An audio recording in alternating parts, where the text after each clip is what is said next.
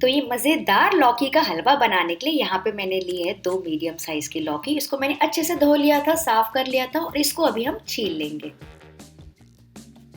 और उसके बाद मैं इसको बड़े-बड़े टुकड़ों में काट रही हूँ क्योंकि इसको अभी हमें ग्रेट करना है। ये देखिए बड़े-बड़े टुकड़ों में काटने से क्या होगा ना, ग्रेटिंग करने में आसानी हो जाती है। और अब इसको ग्रेट करना स्टार्ट करेंगे। तो यहाँ पे मैं मोटे वाले साइड से ग्रेट कर रही हूँ।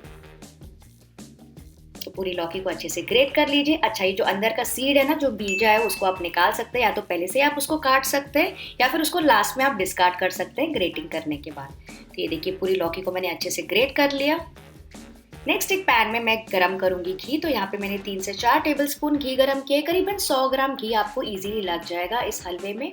जैसे ही घी अच्छे से मेल्ट हो जाएगा, इसमें हम डाल देंगे ग्रेट की हुई लौकी और फिर इसे घी में भूनेंगे करीबन 7 से 8 मिनट के लिए, जिससे कि लौकी में अच्छा सा घी का फ्लेवर आ जाए और लौकी थोड़ी सी सॉफ्ट हो जाए।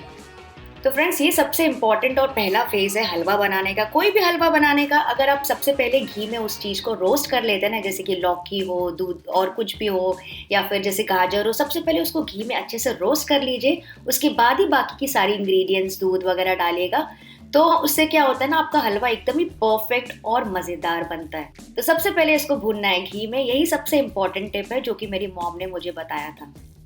तो करीबन 8 से 9 मिनट के बाद ये देखिए लौकी थोड़ी सी सॉफ्ट हो गई, इसका कलर थोड़ा सा बदलने लगा है। तो इस वक्त मैं इसमें डाल दूंगी दूध। तो दूध मैं यहाँ पे यूज़ कर रही हूँ 1 कप, जो कि अराउंड 250 ml। और इसको दूध के साथ भी पकाएंगे और फिर इसे ढक के पकाएंगे 7 से 8 मिनट के लिए, या फिर जब तक लौकी सारा दूध सोख ना ले। तो इसको पीछे आप लो फ्लेम पे रख सकते हैं। नेक्स्ट एक पैन में मैं ले रही हूँ 1 टेबलस्पून और घी और इसमें हम भूनेंगे सारे ड्राई फ्रूट्स। सारे ड्राई फ्रूट्स डाल दीजिए। मैं यूज़ कर रही हूँ काजू, बादाम और पिस्ता। और जब ये फ्राई हो जाएंगे, गैस का फ्लेम ऑफ करके फिर हम इसमें किशमिश डालेंगे, क्योंकि किशमिश को फूलने में समय नहीं लगता है। इसको साइड में रख देंगे। चलिए लौकी चेक कर लेते हैं। ये देखिए लौकी का कलर चेंज हो गया है, दूध काफी सारा सोख हो गया है। दूध क्या होता है ना, जितना आप ज्यादा डालेंगे उतना ज्यादा देर आपको पकाना पड़ेगा, या फिर इसके बदले आप चाहे तो खोया या फिर कंडेंस मिल्क भी यूज कर सकते हैं। तो अब इस स्टेज में मैं इसमें डाल दूंगी शक्कर, जो कि है करीबन आधा कप, और इसको भी मिक्स करके पकाएंगे। आप शक्कर अपने हिसाब से कम ज्यादा कर सकते हैं।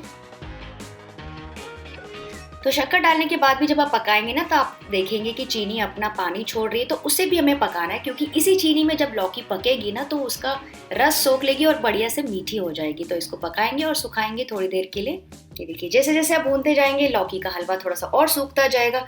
अच्छा फ्रेंड्स, जब मैं लौकी ग्रेट कर रही थी ना, तो किस रीजन से पता नहीं थोड़ी सी डार्क हो गई। तो यहाँ पे मैं सिर्फ प्रेजेंटेशन, सिर्फ फोटो पर्पस के लिए बिल्कुल pinch of green food colour डाल रही हूँ। आप इसको कम्प्लीटली स्किप कर दीजिएगा, कोई ज़रूरत नहीं है इसको डालने की। इसको भी मिक्स करके पकाएंगे।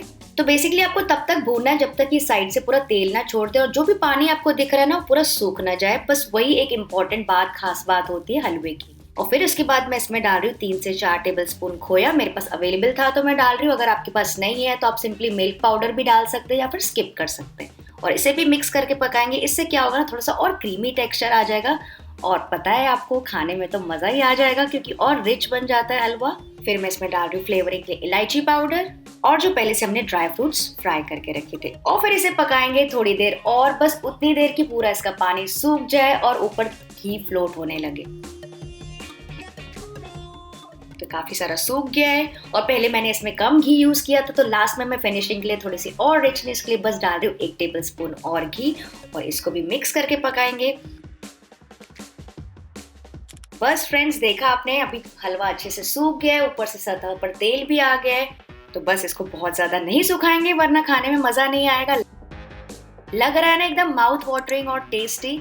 तो बस आप इसको एंजॉय कर सकते हैं गर्मा गर्म, या फिर आप इसको ना फ्रिज में भी स्टोर करके रख सकते हैं, कोई भी एयर टाइट डब्बे में। ये 1 से 2 हफ्तों तक के फ्रिज में अच्छा रहता है। तो फ्रेंड्स, आई होप आपको आज की नवरात्रि की रेसिपी अच्छी लगी होगी। अगर हाँ तो वीडियो को प्लीज लाइक कर दीजिएगा।